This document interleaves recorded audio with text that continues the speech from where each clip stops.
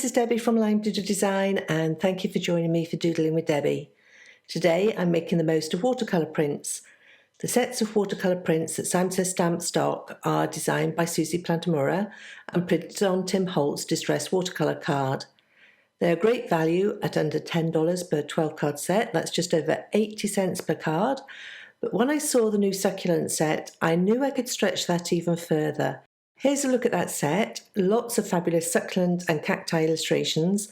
I mean, that one with the llama is just gorgeous. But I've saved the best till last with these cards, which have an arrangement of smaller images. It was this image with a cacti on a shelf that got me thinking, and then looking at the other cards, I was struck by, with a little fussy cutting, I could make so many more cards from these smaller images.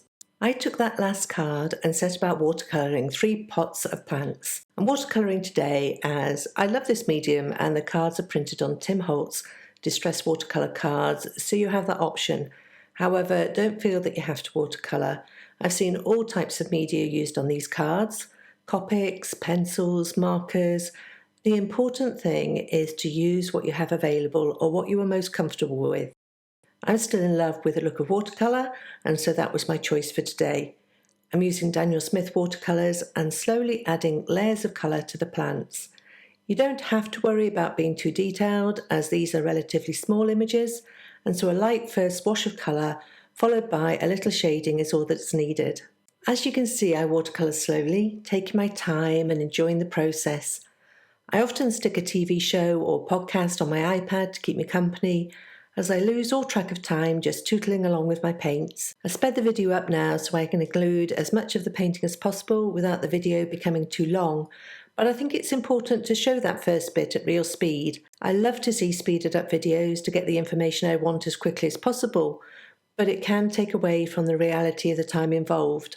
Because let's face it, any form of colouring takes a bit of time, and watercolouring possibly more so than other options.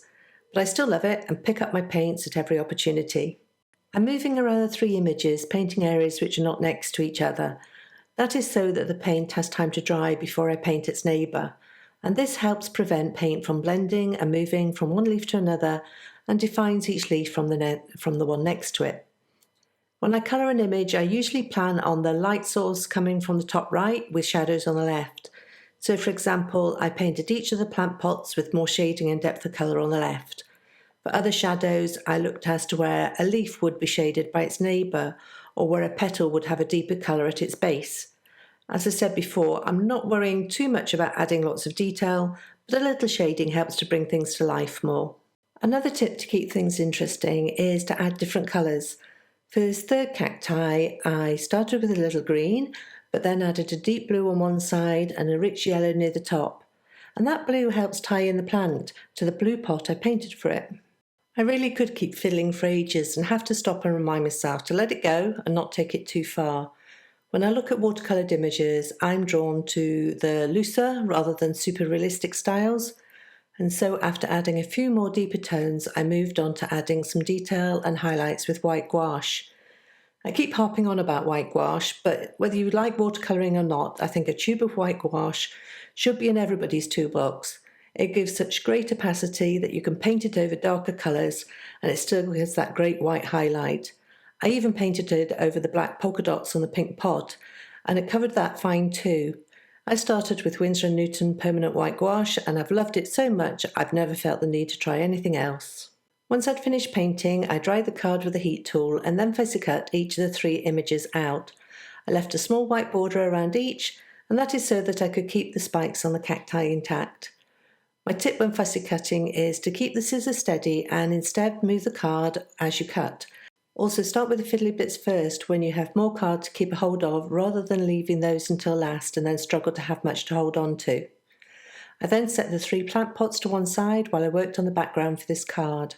I have used the Scallop Waves background stamp on virtually every card I've made since I received it.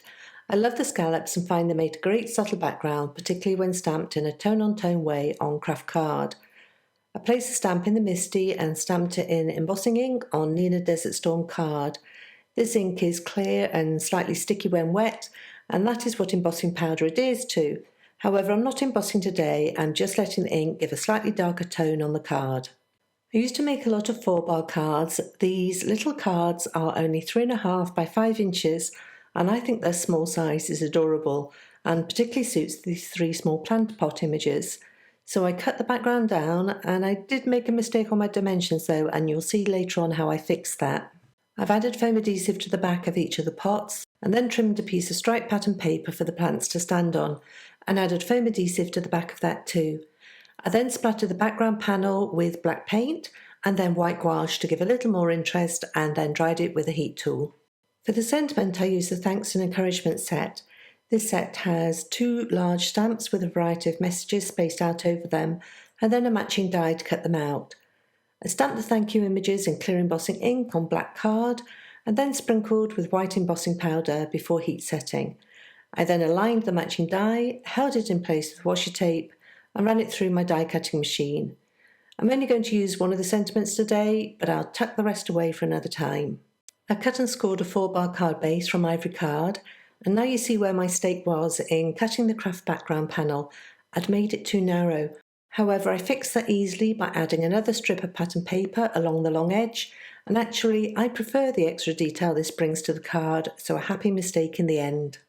I added foam adhesive to the back of the panel and added that to the card base, and then used the waves of the background to help keep my striped shelf for the plants to stand on straight.